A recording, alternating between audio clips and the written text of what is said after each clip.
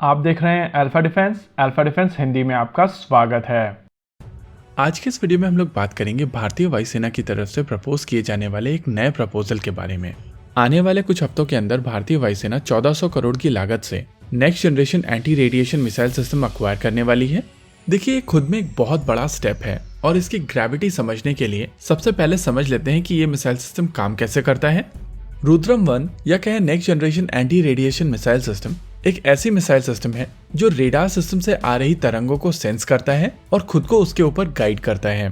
एक typical air operation के दौरान रेडार सिस्टम इलाके में आए फाइटर जेट के ऊपर तरंगे भेजता है और ये तरंगे या कहें रेडार रेडिएशन एयरक्राफ्ट के ऊपर टकराकर वापस आती हैं। लेकिन अगर इलाके में रेडार सिस्टम नहीं है या किसी भी तरीके से इस रेडार सिस्टम को डिस्ट्रॉय कर दिया जाता है तो वहां पर फाइटर जेट्स को फ्री पास मिल जाता है।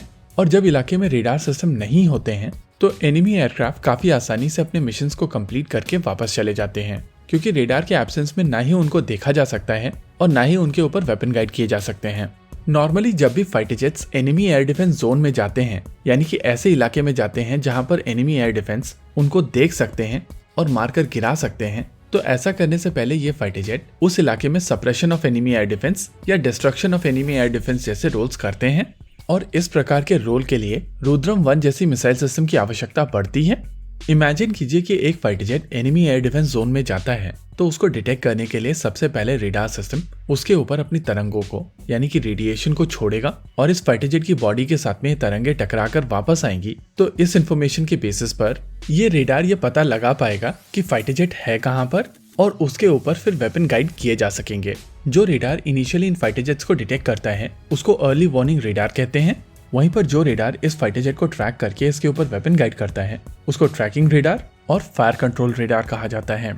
Basically suppression of enemy air defence के लिए इन रेडार सिस्टम्स के ऊपर एंटी रेडिएशन मिसाइल सिस्टम अगर लॉन्च की जाती है तो रेडार से आ रही तरंगे इस मिसाइल के लिए सोर्स बन जाती हैं और उसके बाद ये अपने आप को उसी रेडार के ऊपर गाइड कर देता है। देखिए, अगर आप एक typical anti radiation missile system को उठाकर देखेंगे तो उसमें एक पैसिव सीकर का प्रयोग किया जाता है जो रेडार से आ रही तरंगों को सेंस करता है लेकिन खुद में किसी भी प्रकार की रेडिएशन को एमिट नहीं करता है। और यही कारण है कि इस तरीके की मिसाइल सिस्टम्स को डिटेक्ट करना काफी मुश्किल होता है। शुरुआती दौर में इस तरीके की मिसाइल सिस्टम से बचने के लिए रेडार सिस्टम्स को बंद कर दिया जाता था और जब ये रेडार सिस्टम बंद हो जाते थे तो नेचुरली ये किसी भी प्रकार की रेडिएशन एमिट नहीं करते हैं और एंटी रेडिएशन मिसाइल सिस्टम्स अपना ट्रैक खो देती हैं। लेकिन next generation anti radiation missile systems में इस अप्रोच को चेंज किया गया है और इनमें एक नए तरीके का मैकेनिज्म ऐड किया गया है जिसके चलते रेडार बंद होने के बाद भी ये अपने आप को अपने टारगेट के ऊपर गाइड कर सकती हैं। और ये मैकेनिज्म है एक एक्स्ट्रा सीकर। इसमें एक मिलीमीटर वेव एक्टिव सीकर भी ऐड किया गया है जो टर्मिनल फेज में इसको मूविंग टारगेट्स को भी अटैक करने की क्षमता प्रदान करता है। और इसी वजह से अगर एक बार ये मिसाइल सिस्टम लॉन्च कर दी जाएगी तो एनिमीज को इससे बचना काफी ज्यादा मुश्किल हो जाएगा। कई जगहों पर इस मिसाइल सिस्टम की रेंज को लेकर कहा जा रहा है कि इसकी रेंज 150 किलोमीटर के आसपास है, लेकिन डीआरडीओ के ऑफिशियल डॉक्यूमेंट के हिसाब से इस मिसाइल सिस्टम की रेंज 200 किलोमीटर से भी ज्यादा की है। ये 600 किलोग्राम की मिसाइल सिस्टम 60 किलोग्राम का पेलोड कैरी कर सकती है, यानी कि इन थ्योरी ये किसी भी प्रकार के रेडार को डिस्ट्रॉय करने में सक्षम है। और सबसे इंटरेस्टिंग चीज, ये मिसाइल सिस्टम डुअल पल्स वाली मिसाइल सिस्टम है, यानी कि पावर्ड मोड में ये मिसाइल सिस्टम काफी दूर तक ट्रैवल कर सकती है और लॉन्ग ड्यूरेशन पावर्ड मोड होने के चलते एनिमी एयर डिफेंस के पास में इसको न्यूट्रलाइज करने के लिए ज्यादा समय नहीं होगा। इन थ्योरी इस मिसाइल सिस्टम के इंडक्शन के बाद में भारतीय वायुसेना के पास में एक ऐसी क्षमता आ जाएगी जो हमारे दोनों पड़ोसियों के लिए बहुत बड़ा सरदर्द होने वाली है। वैसे ऐसा नहीं है कि इस समय भारत के पास में एंटी रेडिएशन मिसाइल सिस्टम नहीं है। इस समय भारतीय वायुसेना रशियन ओरिजिन की KH-58 मिसाइल सिस्टम्स को ऑपरेट करती है।